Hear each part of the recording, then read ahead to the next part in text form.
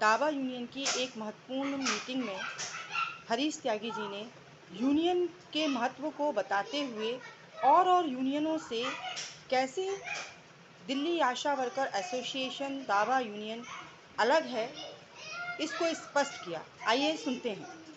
Union है समूह। Union का मतलब है समूह। जब हम इकट्ठा हो जाते हैं उसको यूनियन कहते हैं। जब हम इकट्ठा नहीं होते तो क्या है? अकेली अकेली आशा है। हम कहते हैं जैसे ऐसा समझो, कोई घर का आदमी जब यूं कहे कि जी मैं तो हूं आदमी और ये है परिवार, बोले परिवार वाले परिवार की बात उठा रहे हैं और मैं हूं फलाना, वो इंडिविजुअल। ऐसा होता है? परिवार की बात तो परिवार मिलकर उठाएगा ना, उसको हम परिवार कह देते हैं। उसको यूं थोड़े कहते हैं महेंद्र, सुरेंद्र है, रश्मि है, ऐसे थोड़े कहते हैं। या यूं थोड़े कहते हैं स्त्री और पुरुष, या यूं थोड़े कहते हैं औरत और मर्द। हम कहते हैं परिवार, उसको परिवार का नाम दिया है। ये देश है, देश है ना, इसका नाम दिया ना कि भाई सारे लोग मिलके, प्रजा मिलके जब एक बाउंड्री में रहते होंगे, है ना, तो उसको क्या कहते हैं? देश कहते हैं। अरे यूनियन भी ऐसी चीज है।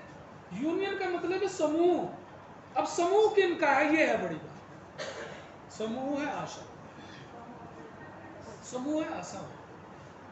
अब समूह 20 समूह भी हो सकता है, 50 समूह भी हो सकता है, एक भी हो सकता है। दावा यूनियन भी आशाओं का एक समूह है, जिसमें जिसकी पहचान है, जिसका नाम है दिल्ली आशा वर्कर एसोसिएशन, जिसको हम यूनियन कह देते हैं, जिसको हम दावा यूनियन कह देते हैं। ये समझाने वाली बात है, क्योंकि कई आशाएं इसमें भ्रमित भी होती हैं। यूनियन मतलब कौन? यूनियन का मतलब यहाँ कोई अकेला व्यक्ति नहीं। इसीलिए इस पर भी हमें सफाई देना, साफ करना, बात को बताना सबके बीच में बहुत जरूरी है कि हम बता दें कि हाँ हम यूनियन है। हम यूनियन है तो मतलब ये अच्छी बात है, ये खराब बात नहीं है। खराब हुआ है कि जब मैं अकेली आशा हूं।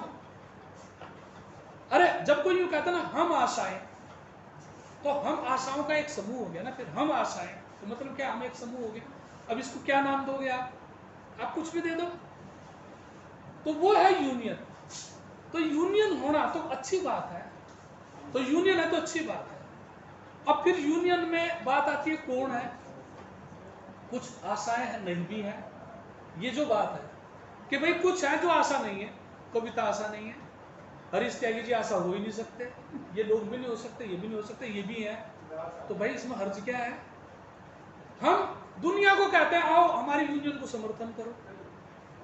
आशाएं लड़ रही हैं, लड़ाई की तरफ जाना चाहती है, जीत की तरफ जाना चाहती है, तो क्या बोलेंगे जब सरकार नहीं मान रही होगी? क्या हमें समर्थन दो, हमारे पीछे खड़े हो, हमें रास्ता दिखाओ, नहीं कहेंगे? अब किसान आंदोलन कितना बड़ा है? किसान आंदोलन ने मजदूर संगठनों से कहा कि आप हमारा समर्थन करो, महिला संगठनों से कहा हमारा समर्थन करो, है ना, छात्र संगठनों से कहा हमारा समर्थन करो। क्यों कहा? क्योंकि आंदोलन को बड़ा करना जरूरी होता है। तो अगर कोई आंदोलन का समर्थन करने के लिए, आंदोलन को मजबूत बनाने के लिए, यूनियन को मजबूत कराने के लिए बाहर से कोई आ जाए, तो मुझे उसे स्वागत करना चाहिए कि धमकाना चाहिए? वेलकम करना चाहिए ना। और ये यूं कहने मतलब ये समझो कि जैसे मान लो परिवार है हमारा, और हमारा परिवार किसी उसमें चल रहा है, घाटे में चल रहा है, हम मजबूत नहीं हो पा रहे, कोई आकर के कहे कि भाई तुम्हारा परिवार का ये नहीं हो रहा, चलो मैं कुछ मदद कर दूं, और मैं कहूँ गाली दे करके बाहर जा, तो मेरा परिवार का नहीं है, तो वो अच्छा है कि बुरा है? बुरा है ना। फिर ये भी एक बात मैं बताऊं कि यूनियन में, यूनियन के अंदर ये रखना कानूनी तौर पर वैध है, कानूनी तौर पर वैध है। और ये कानूनी तौर पर वैध सरकार ने ये कानून बना था अंग्रेजों के टाइम 1929 में। अंग्रेज सरकार ने नहीं मान लिया था, मनवाया था मजदूरों ने। क्यों? क्योंकि जब मजदूरों ने ये देखा कि जब हम लड़ाई लड़ते हैं तो लड़ाई लड़ने में हमारे ऊपर तो हमारा मालिक हमला कर देता है और हमें तो नौकरी से बाहर कर देता है, अब कौन लड़े?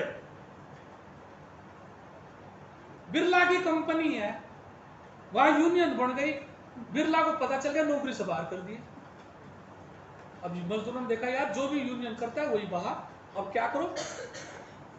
तो तब ये आया कि भाई यूनियन के अंदर 1/3 लोग बाहर से लेने की भी छूट होनी चाहिए। अच्छा सोचो, जिस दिन तक वो बिरला कंपनी के आदमी थे तब तक तो वो बिरला यूनियन में रह सकते हैं, और जब उन्हें बाहर कर दिया तो फिर तो वो यूनियन में नहीं रह सकते, क्योंकि बिरला कंपनी में तो रहे ही नहीं। अब तो वो बाहर ही बन गए। अब मान लो तुम आशाएं हो और तुम लीडर हो और तुम आज लड़ रहे हो, कल सरकार ने तुम्हें बाहर कर दिया, तब तुम बाहरी नहीं कहलाओगी क्या? तब तुम आशा कहलाओगी हैं? तो तुम बाहरी हो गई तो तुम्हारा यूनियन में होना अब गलत हो गया, गैर कानूनी हो गया, नुकसानदायक हो गया? नहीं, ये आंदोलन की जीत थी, ये आंदोलन की उपलब्धि थी कि यूनियन में बाहर के लोगों को 1/3 लोगों को रखने का हक मिला, इसलिए कि ताकि बाहर से लड़ाई मजबूत हो। अच्छा देखो, यहीं का ही आप ले लो, हम जितने लोग हैं, जो आशा नहीं है वो कल बाहर हो जाए तो क्या आंदोलन मजबूत हो जाएगा? नहीं होगा ना। जितनी ताकत आज है उसमें कुछ कमी ही आई, मजबूती नहीं आई। हम तो कल अलग हो जाए। इसके बावजूद भी आप देखिए कि यूनियन, हमारी यूनियन, दावा यूनियन के असली कौन है, अध्यक्ष कौन है, महासचिव कौन है? एक टाइम अध्यक्ष चौरसिया जी हुआ करते थे जब हमने यात्रा शुरू करी, जब हमारे पैर कमजोर थे, हमने जब यात्रा शुरू करी उस टाइम चौरसिया जी अध्यक्ष थे। हमारी यूनियन के और भी लोग थे जो आशा नहीं थे, वो भी कमेटी के मेंबर थे। जब हमारी यात्रा आगे बढ़ती गई, अब क्या हुआ? पिछली कॉन्फ्रेंस में, पिछले सम्मेलन में जब नई कमेटी बनाई गई, कोई भी ऐसा नहीं है कि जो आशा नहीं है कमेटी का मेंबर, सभी आशा, चाहे अध्यक्ष हो, उपाध्यक्ष हो, सचिव हो, महासचिव हो, सेक्रेटरी हो, बाकी जितने हैं वो उनके मददगार, चाहे सलाहकार के रूप में हो, चाहे मुख्य सलाहकार के रूप में हो, चाहे कोऑर्डिनेटर के रूप में हो, वो उनके सहायक हैं। लेकिन मुख्य जो बॉडी है वो आशाओं की ही है।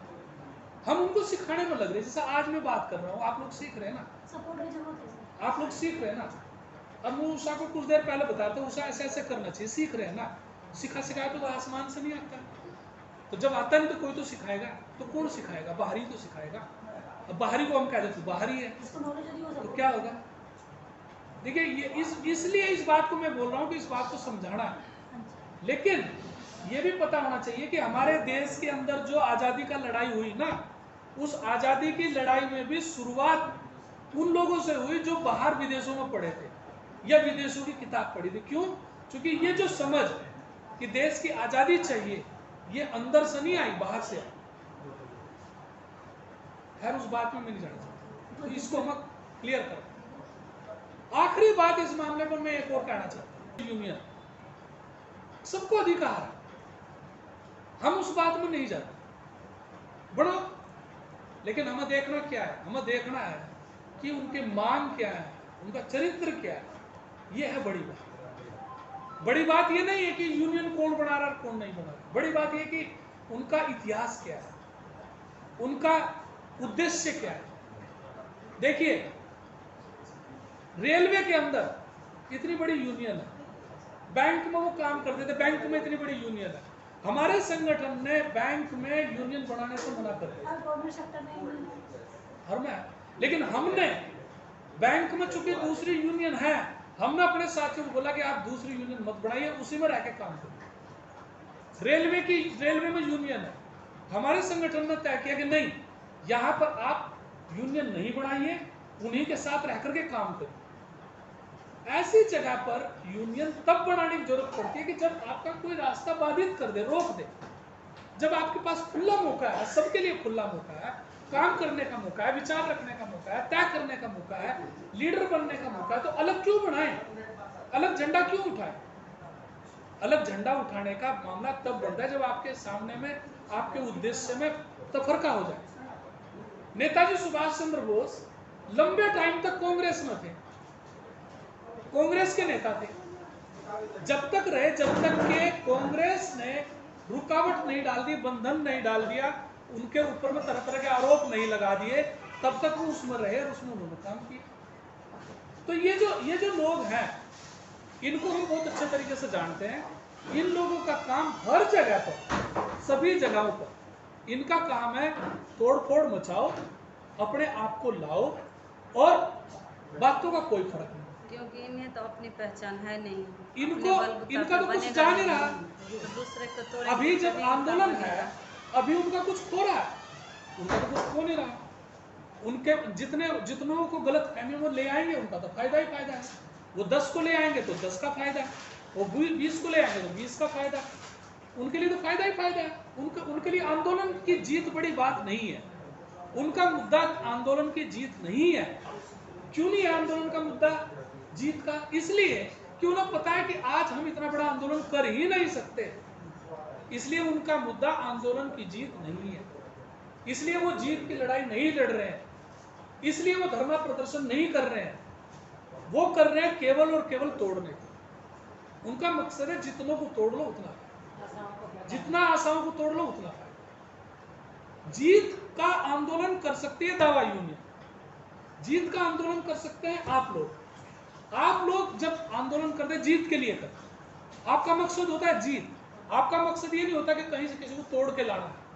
उनका मकसद है, उन्हें पता है कि हमारे साथ अभी 10 आशाएं हैं या 20 आशाएं हैं, तो उनका टारगेट क्या, उनका लक्ष्य क्या, उनका मकसद क्या है?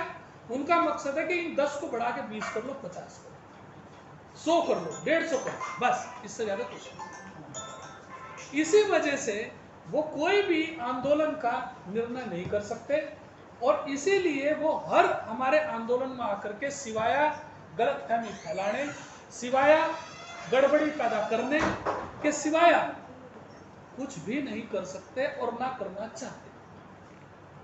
मैं इस बात पर जोर देना चाहता हूं कि वो इसलिए नहीं कर रहे कि जीतना है, वो इसलिए नहीं कर रहे कि इस आंदोलन को मजबूत बनाना है, वो इसलिए कर रहे हैं कि दावा यूनियन को कमजोर करके कैसे 10 आशाओं पे अपने पाले में लाना, बस यही है उनका टारगेट।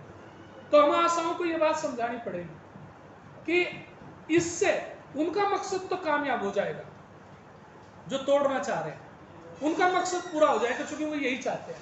लेकिन आशाओं का मकसद हार गया, आशाएं नहीं जीते।